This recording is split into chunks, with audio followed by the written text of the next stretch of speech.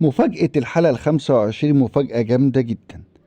شبنام دخلت الكشف علشان خاطر تعبانة شوية، فدخلت علشان تعمل سونار عشان تعرف بطنها فيها ايه.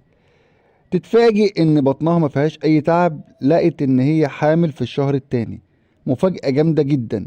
واللي اثبت كده شاشة السونار اللي هي قاعدة قدامها، قاعدة مصدومة مش عارفة تعمل ايه، لان هي كانت مفكرة ان التعب ده مجرد تعب عادي هتكشف وخلصنا من كل ده. بس الدكتورة وهي ماشية دخلت نسلهان، لان اصلا المستشفى اصلا بتاعت نسلهان وهي كانت بتدور عليها.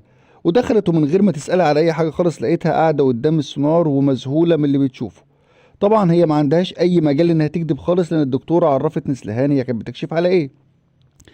نسلهان قالت لها انا كنت شاكه في علاقتك انت وسرحان، بس علاقه توصل انك انت تكوني حامل منه، ده اللي ما كنتش اتوقعه نهائيا. طبعا شبنام كانت دايما بتحاول تضحك على نسلهان ان مفيش اي علاقه بينها وبين جوزها، لان بين السنين دي كلها كانت نسلهان فاكره ان العلاقه سطحيه، يعني ملاطفه، لكن يوصلوا ان هما الاتنين يوصلوا للحمل، ده اللي صعب جدا. طبعا نسلهان ما تعرفش بقية الحقائق كلها، لان اساسا سرحان وشبنام متجوزين، يعني هي مراته. طبعا بعد ما عرفت الموضوع ده كله مشيت وراحت عند بيت ابوها، اكتر بيت بترتاح فيه. في الوقت اللي هي مشيت وسابتها دي، كانت شبنام اتصلت على سرحان علشان تبلغه بالخبر ده.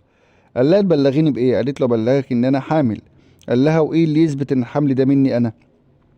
طبعا هي استغربت جدا من كلامه وحست ان في اهانه، لان هو بيقول لها ان جوزك كان خرج من السجن الفتره اللي فاتت قبل ما يموت، فممكن يكون مش مني انا، يكون منه هو.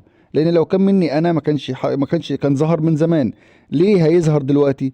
قالت له انت عارف ان ما كانش في اي علاقه بيني وبين متين ولحد لما طلع من السجن، لان احنا اصلا انفصلنا من زمان، واخر علاقه بيني وبين حد كانت بيني وبينك انت. سرحان قال لها انت عارفه ان الوقت مش وقت خالص لحمل ولا ولاده، وانا هقول لاولادي ايه وانت هتقول لبنتك ايه. الموضوع ده هيبقى صعب جدا ومش هينفع، لازم تتخلصي من الحمل ده. قالت له ده فيه خطوره على حياتي. قال لها بس حتى لو فضل، حياتك اللي هتتدمر، لان اصلا انا مش هعترف بيه، وده هيكون نقطه خلاف جامده جدا بينهم، عايزين يوصلوا لها الحل.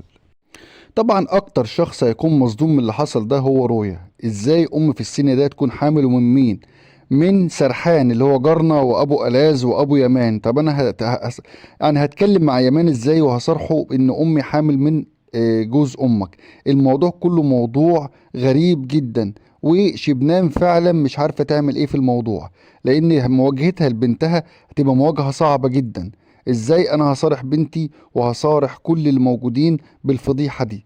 فهم هيشتغلوا على اساس ان الموضوع ده يفضل سر وما يطلعش خالص، لان مش من مصلحة نسلهان ولا سرحان ولا شبنام ان الموضوع ده يتعرف. فلازم ان الموضوع ده يفضل سر، علشان لو اتعرف هتبقى كارثة كبيرة وهتبقى مصيبة كبيرة عليهم كلهم، وده اللي هيشتغل عليه الفترة الجاية. بنشوف برضو يمان اللي اخد قرار ان هو مش هيسيب اي حد بعد كده لا يستغله ولا ياخد حاجة مش بتاعته، وبدأ ان هو اول شيء يفكر فيه انه يحمل مسدس. المسدس ده يحمي نفسه بيه من كل الناس، حتى من اخوه اللي مجنون، اللي بقى اكتشف انه عنده امراض نفسية وممكن يكون خطر عليه في اي وقت، ومن سرحان، ومن كل اللي حواليه، ومن اي حد بيحاول ان هو ياخد الحاجة بتاعته. لانه طبعا عارف بعد جده ما كتب له كل حاجة، كل الناس هتبقى طمعانة وكل الناس عايز تخلص منه، علشان ده السبيل الوحيد علشان هم كلهم يورثوا كل حاجة، لان جده اشرف كتب له كل املاكه وبقى هو كبير العيلة. وطبعا سرحان من ساعة ما عرف الموضوع ده وهو في حالة هستيرية، ازاي المتوحش ده اللي جاي من الشارع يكون ملكه كل حاجة، وكل اللي انا خططت له السنين دي كلها يضيع. طبعا يامان عرف كده من يوم ما جده كتب له كل حاجة ان سرحان مش هيسيبه، ولا الاز اخوه هيسيبه، لان الاز ليه في الميراث ده. طبعا امه مبسوطة ان جده كتب له كل حاجة علشان يحميه ويعوضه عن السنين اللي هو قضاها بعيد عنهم، لكن طبعا الاز وسرحان مش هيسيبوه يتهنى بكل ده.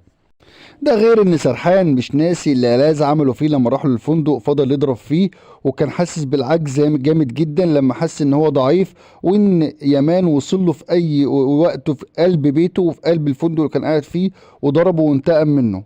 طبعا ده مش ناسيه سرحان خالص، وقال له انه هيدفع الثمن، وكان يومها بيصرخ في وش اولاده انه لازم يدفع الثمن، المتوحش اللي جاي لنا من الشارع ده. واللي حضر الموضوع ده كله شغله والاز يوم ما دخلوا له الفندق، وكان ده غير ان سرحان مش ناسي اللي الاز عمله فيه لما راحوا للفندق، فضل يضرب فيه وكان حاسس بالعجز جامد جدا لما حس ان هو ضعيف، وان يامان وصل له في اي وقت في قلب بيته وفي قلب الفندق اللي كان قاعد فيه وضربه وانتقم منه.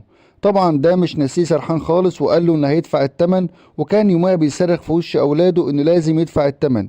المتوحش اللي جاي لنا من الشارع ده واللي حضر الموضوع ده كله شغله وألاز يوم ما دخلوه له الفندق. وكان ده غير ان سرحان مش ناسي اللي الاز عمله فيه لما راحوا للفندق، فضل يضرب فيه وكان حاسس بالعجز جامد جدا لما حس ان هو ضعيف، وان يامان وصل له في اي وقت في قلب بيته وفي قلب الفندق اللي كان قاعد فيه وضربه وانتقم منه. طبعا ده مش ناسيه سرحان خالص، وقال له انه هيدفع الثمن، وكان يومها بيصرخ في وش اولاده انه لازم يدفع الثمن.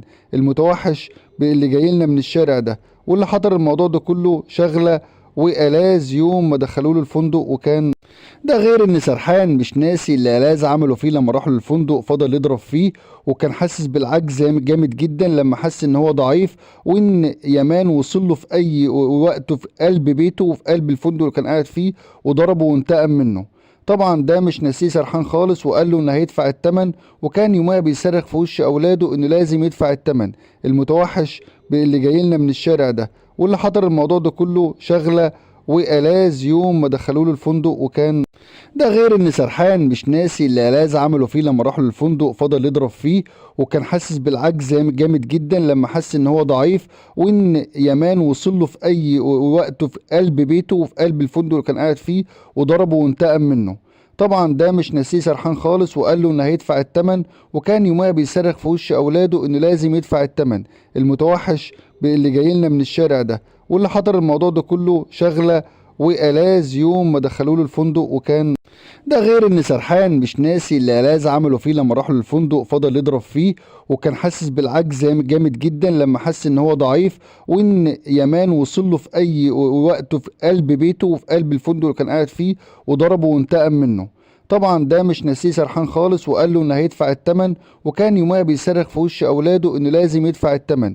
المتوحش اللي جاي لنا من الشارع ده واللي حضر الموضوع ده كله شغله وألاز يوم ما دخلوه له الفندق. وكان ده غير ان سرحان مش ناسي اللي الاز عمله فيه لما راحوا للفندق، فضل يضرب فيه وكان حاسس بالعجز جامد جدا لما حس ان هو ضعيف، وان يامان وصل له في اي وقت في قلب بيته وفي قلب الفندق اللي كان قاعد فيه وضربه وانتقم منه. طبعا ده مش ناسيه سرحان خالص، وقال له انه هيدفع الثمن، وكان يومها بيصرخ في وش اولاده انه لازم يدفع الثمن. المتوحش اللي جاي لنا من الشارع ده واللي حضر الموضوع ده كله شغله وألاز يوم ما دخلوه له الفندق. وكان ده غير ان سرحان مش ناسي اللي الاز عمله فيه لما راحوا للفندق، فضل يضرب فيه وكان حاسس بالعجز جامد جدا لما حس ان هو ضعيف، وان يامان وصل له في اي وقت في قلب بيته وفي قلب الفندق اللي كان قاعد فيه وضربه وانتقم منه. طبعا ده مش ناسيه سرحان خالص، وقال له انه هيدفع الثمن، وكان يومها بيصرخ في وش اولاده انه لازم يدفع الثمن.